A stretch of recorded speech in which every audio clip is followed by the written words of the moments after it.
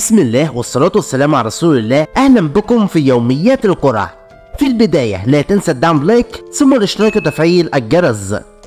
يستضيف استاد الملك فهد مواجهة نارية قادمة عندما يحل النصر ضيفا على الهلال في إطار منافسات الجولة ال15 من عمر مسابقة الدوري السعودي. أولا ظروف الفريقين في الدوري.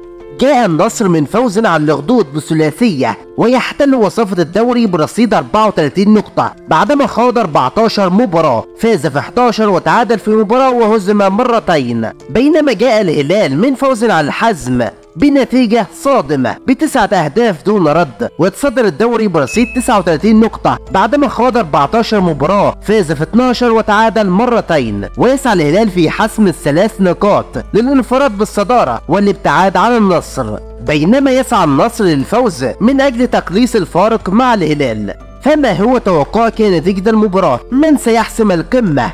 ثانيا التشكيل المتوقع. من المتوقع أن يبدأ النصر التشكيل التالي: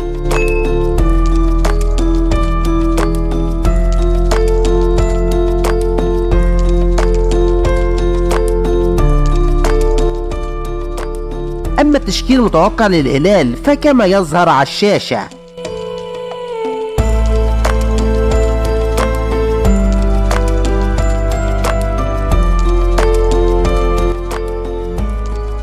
القناة الناقلة والمعلق. تذاع المباراة عبر قناة SSC HD1 بتعليق الثنائي فارس عوض عبر القناة الصوتية الأولى ومدحت شلبي عبر القناة الصوتية الثانية. وتنطلق المباراة مساء يوم الجمعة 1 ديسمبر في تمام الساعة 8 مساء بتوقيت مكة و7 مساء بتوقيت مصر، ويظهر على الشاشة التوقيت في باقي الدول العربية.